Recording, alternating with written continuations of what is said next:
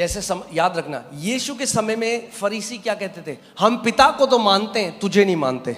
At the time of Jesus, the Pharisees said, we believe in the Father, but we don't believe in you. God is our father.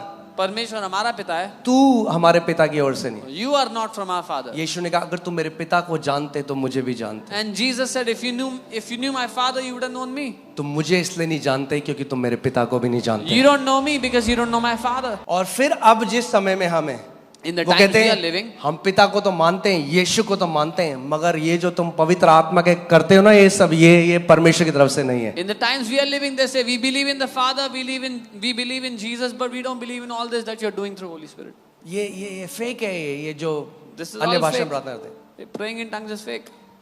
अगर fake होता If it was fake, तो कब का मर चुका होता. it would have died long ago. 2000 साल तक कोई फेक चीज नहीं चलती है. Nothing fake lasts for 2000 years. अगर फेक होता If it was fake, तो फिर ऐसे चिन्ह चमत्कार भी नहीं होते. then such signs and wonders would not have followed.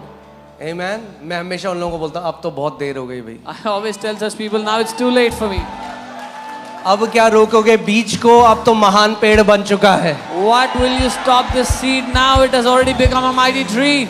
और लाखों लोग फल खा रहे हैं. And lakhs of people are eating the fruit of it. आमीन.